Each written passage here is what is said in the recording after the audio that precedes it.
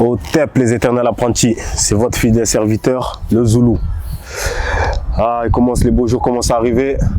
Donc là, on est un peu à l'extérieur. Avant de faire un peu de sport, on va discuter un peu. On va discuter un peu avant que j'aille travailler mon physique et mon mental. Vous savez déjà, très important pour notre processus d'homme de valeur. Et d'ailleurs, les valeurs, c'est ce sur quoi on va parler aujourd'hui. Je vais échanger avec vous pour qu'on puisse parler un peu sur les valeurs. Parce qu'on parle beaucoup des valeurs, on entend un peu les valeurs par-ci, les valeurs par-là. Hommes de haute valeur, femmes de haute valeur, des gens de haute valeur. Donc voilà, ne vous négligez pas, donnez-vous de la valeur. Ok, d'accord. Mais comment ça se passe? Comment ça marche? Est-ce qu'on se lève et on se donne de la valeur? On dit qu'on est une personne de haute valeur? Ou comment on fait? Parce qu'on ne nous dit pas, est-ce qu'il y a un processus, il y a quelque chose à faire pour devenir cette personne? Ou on a juste à le penser, à le croire et à le dire? Donc moi, j'ai mon idée là-dessus que je vais partager avec vous. Que chaque jour que Dieu fait, donc je m'efforce de me développer à ce niveau-là pour prétendre à cette personne de valeur, ou du moins cet homme de valeur. Donc voilà, je vais vous partager mon avis. Donc on nous dit souvent, voilà, donnez-vous de la valeur, ne négligez pas votre valeur, vous êtes ci, vous êtes ça. Ok, d'accord. Moi je pense que tout commence par la prise de conscience. Tout commence par la prise de conscience. Quand on ne prend pas conscience du problème, on va dire, c'est ça. Quand on ne prend pas conscience du problème ou du sujet, on ne peut pas aller plus loin. On est bridé. Et il ne faut pas juste dire, et il faut faire. Donc maintenant, si tu souhaites être une personne de valeur, donc tu as pris conscience que cela est bon pour toi, cela est bon, car moi j'estime que c'est normalement le chemin que doit suivre tout être humain qui arrive sur cette terre. On arrive sur la terre, on grandit, on vit des expériences qui doivent nous mener à devenir une personne de valeur, soit de haute valeur, mais en tout cas de la valeur. Pour moi, ça doit être le chemin à suivre pour chaque être humain. Maintenant qu'on a pris conscience de ça, maintenant, on s'instruit dessus, on s'instruit sur la question, et comme on le souhaite, comme on veut le devenir, maintenant on fait les actions, les actes qui vont nous permettre de évoluer vers cette personne de haute valeur auquel on prétend. Donc maintenant, c'est quoi les valeurs? Est-ce que c'est juste de dire des valeurs pour dire des valeurs? Mais qu'est-ce qu'est la valeur clairement en tant qu'être humain? Parce que quand on parle de valeur, là on ne parle pas de tel être humain coûte 1 million ou tel être humain coûte 2 millions ou tel... Non, c'est pas de ces valeurs-là qu'on parle. On parle vraiment des valeurs humaines.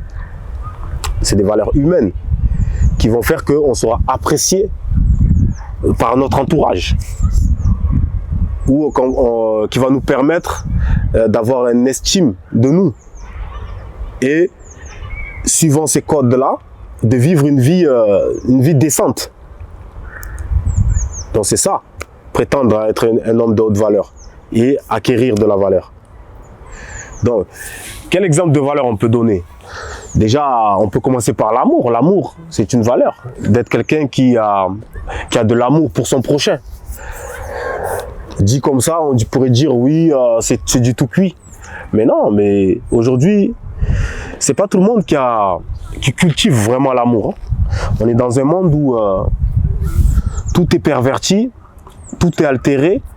Donc on ne sait plus où on se situe, on ne sait plus se situer. Donc qu'est-ce que l'amour vraiment? Voilà. Et est-ce que quand on dit qu'on cultive l'amour, est-ce que vraiment on le cultive vraiment? Est-ce qu'on vraiment on est heureux? Est-ce qu'on propage l'amour autour de nous? Est-ce qu'on est content pour notre prochain? Est-ce que on est aux petits soins pour notre prochain? C'est ça l'amour. Est-ce qu'on cultive tout ça? Aujourd'hui, c'est plus, si on regarde bien, il y a beaucoup de méfiance. On est plus dans la méfiance que dans l'amour, en vrai. Donc c'est voilà, on parle de valeur, mais il ne faut pas oublier que pour prétendre être une personne de valeur, on va dire que la valeur est positive. C'est-à-dire, on évolue, on grandit, et on vit cette vie avec une joie et une bienveillance. Et à contrario, on peut nourrir aussi, il y a ceux qui nourrissent aussi, plus leur faiblesse, et ils vont appeler ça aussi des valeurs. Donc en fait, je pense que c'est là où il faut pas confondre. Et je pense qu'aujourd'hui, on confond beaucoup les valeurs et les faiblesses. Si tu nourris tes faiblesses, tu ne peux pas appeler que tes faiblesses c'est des valeurs. Si tu es quelqu'un de méfiant, tu ne peux pas dire que tu es quelqu'un qui développe l'amour. Tu es en train de développer tes faiblesses. Et qui ne va pas faire forcément de toi quelqu'un de valeur. Parce que quelqu'un de valeureux, je veux dire, c'est quelqu'un qui est contagieux, qui nous contamine par son positif, qu'on admire facilement, aisément, et qu'on aime la proximité. C'est plutôt ça, une personne de valeur. Sinon, tout le reste, il faut le mettre dans la faiblesse. Être trop méfiant, c'est être faible. Être trop méchant, dire que non, moi j'aime plus, moi je ci, moi je ça, moi j'ai la haine, ça c'est des faiblesses. On n'appelle pas ça des valeurs. Donc c'est pour ça qu'il faut vraiment dissocier les choses. Parce qu'il y en a beaucoup qui nourrissent leurs faiblesses et ils appellent ça des valeurs. Donc faites très attention, surtout dans les musiques de nos jours là. Les musiques modernes qui prônent à la débauche, qui prônent à la méfiance excessive, à la négligence, à l'individualité, je dirais, à l'individualité. Alors que les valeurs, c'est la solidarité. Les valeurs, c'est la solidarité, c'est le partage. C'est plus ça, les valeurs. Donc les valeurs, disons, c'est plus, ça a toujours quelque chose de positif. Les valeurs, ça ne sera jamais quelque chose de négatif. Et ensuite, nourrir ça au quotidien. Et normalement, quand on a de la valeur, on contamine les autres et notre entourage le reçoit. Notre entourage le reçoit et le reconnaît. Et le reconnaît car ce sera chez nous quelque chose de normal, de naturel. Et on va dire, il y aura un don. Ce sera un don de soi. Ce sera un don qu'on va partager avec les autres. Ouais, c'est ça de la valeur. Et c'est très important. Donc, pour prétendre et pour avoir la légitimité de dire qu'on est une personne de valeur, c'est déjà, de le vouloir. De le vouloir, il faut le vouloir. Et une fois qu'on le veut, on s'instruit ou on essaie d'avoir des modèles. Des modèles de personnes qu'on estime que, on voit chez eux, qu'on estime que ce sont des personnes de valeur. Ouais. Donc toujours avoir des modèles, c'est important. C'est ce qui va nous aiguiller, c'est notre aiguille, c'est notre boussole. C'est ça qui est bon. Parce qu'on n'a pas la science infuse, on n'est pas et on se dit hop, non, on est une personne de valeur, non. C'est toujours on aura toujours besoin d'exemples pour pouvoir se calquer et pour pouvoir avoir une jauge. C'est ça qui est important. Après, l'exemple qui me tend vraiment, qui me vient dans la tête, qui définit bien tout cela, c'est, on va dire, on arrive sur Terre, on est tous des personnes de base. On est des personnes de base. Ça reviendra à dire qu'on est tous des moutons. On arrive, on est tous des moutons. Donc on est tous pareils, tous des moutons dans le même enclos. Maintenant, parmi ces moutons, certains vont commencer à acquérir, avoir plus de valeur, on va dire. Donc ça reviendrait à des êtres humains qui commenceraient à acquérir un peu plus de connaissances, on va dire. Voilà. Donc, on est tous ces moutons-là. Et à un moment donné, chacun commence à avoir une particularité qui fait qu'il a de la valeur. Et donc, les prix, on n'a pas les mêmes prix. Donc, les prix ne sont plus les mêmes. Nos prix ne sont plus les mêmes. Donc, c'est pour ça qu'on dit, je crois que c'est une musique, c'est Magic System qui dit, je paraphrase, mais on est tous des moutons. Il y a les moutons, mais on n'a pas tous le même prix. Il y a dans une musique.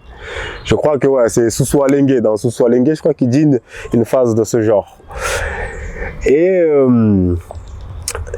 ça reviendra à ça. Donc, une fois sorti de cet enclos, on pourrait avoir maintenant d'autres personnes, ceux qui vont cultiver, on va dire, les faiblesses. Ce seront les loups.